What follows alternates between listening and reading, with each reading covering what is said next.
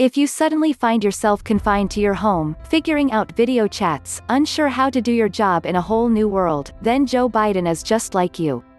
For nearly half a century, the former vice president has been a hand-holder and a hugger, a back-slapper and shoulder-clapper.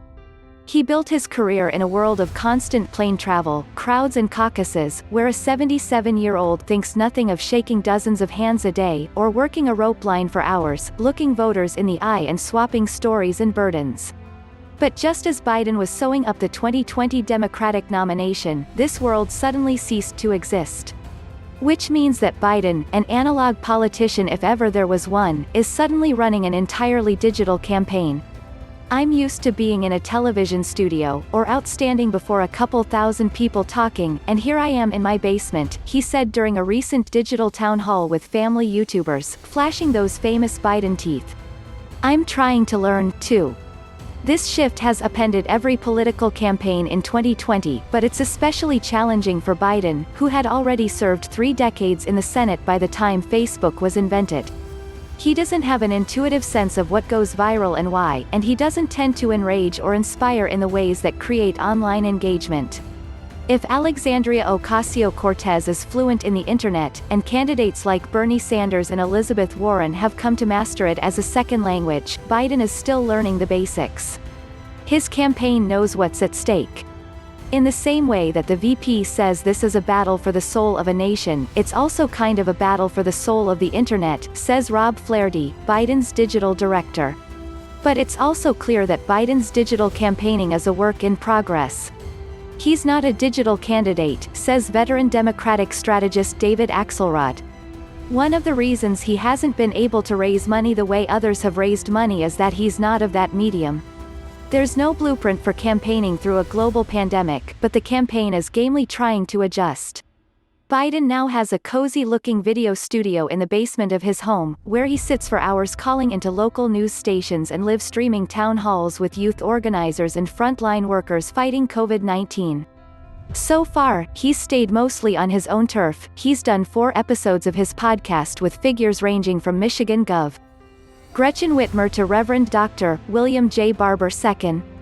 The campaigns say they've generated 7.8 million video views across all platforms between April 4th and April 11th, and 52.8 million views in the last month. But other strategists say he can do more. "This is an opportunity," says Lee Smith, a former top strategist for Pete Buttigieg. Smith says the campaign can maximize the moment by utilizing the "go everywhere" strategy she deployed on the Buttigieg campaign, ubiquitous news hits, constantly calling into NPR stations and other local radio, and reaching new audiences by appearing on shows and podcasts that might not at first seem like a natural fit. Biden's already beginning to branch out. On Thursday night, he'll be on the popular Showtime show, Desus and Mero. The campaign is also targeting a wholesome corner of the internet, where people are more interested in videos of Oprah and Tom Hanks than slinging insults on Reddit. "I think there's 2 ways to win the internet, one is with extremism, and the other is with empathy," Flaherty says. The campaign is leaning into putting his empathy on display. But in some ways, Biden is at a natural disadvantage in a digital campaign. While Trump lights up Twitter by picking fights and holding daily briefings, Biden's live streams often feature warmed-over excerpts of his stump speech. While Sanders is chatting on Instagram with Cardi B, Biden is more comfortable talking with historian John Meacham on his podcast. To young digital natives, many of whom supported Sanders in the primary, Biden's campaign is falling victim to the silent killer of online engagement, sheer boredom. His podcast is unlistenable, says one top youth activist who supported Sanders. The more they're exposed to this version of Biden, the less young people like him. Empathy doesn't necessarily translate to social platforms, either. Algorithms often reward extremism over consensus, and outrage over comfort. People tend to overestimate the wizard-like skills of the campaign digital team, and underestimate that a moderate is at a disadvantage in the internet battle to a person on the left or right, says Teddy Goff, a partner at Precision Strategies who was the digital director for President Barack Obama's successful 2012 re-election campaign. "There's a physics to this, and the physics are that the moderate who's for continuity is at disadvantage.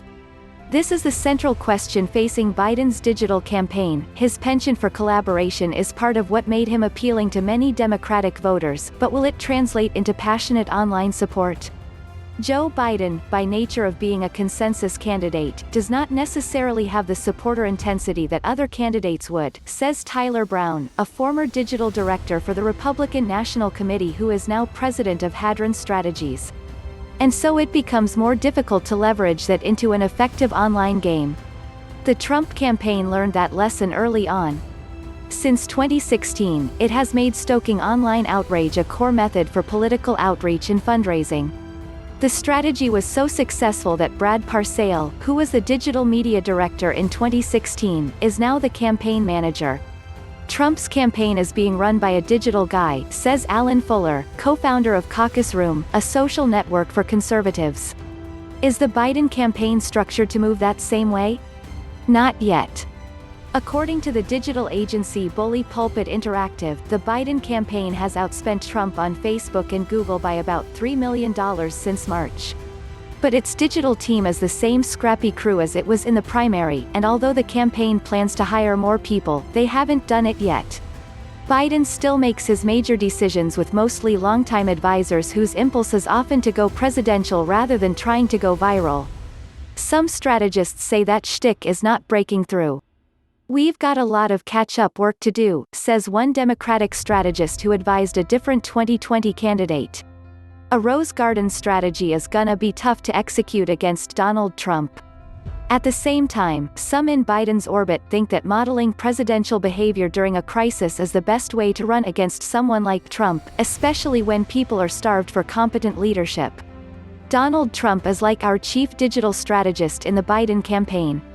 He stands up there every day, he lies, he's hateful, says top Biden advisor Ron Klain. The ads cut themselves.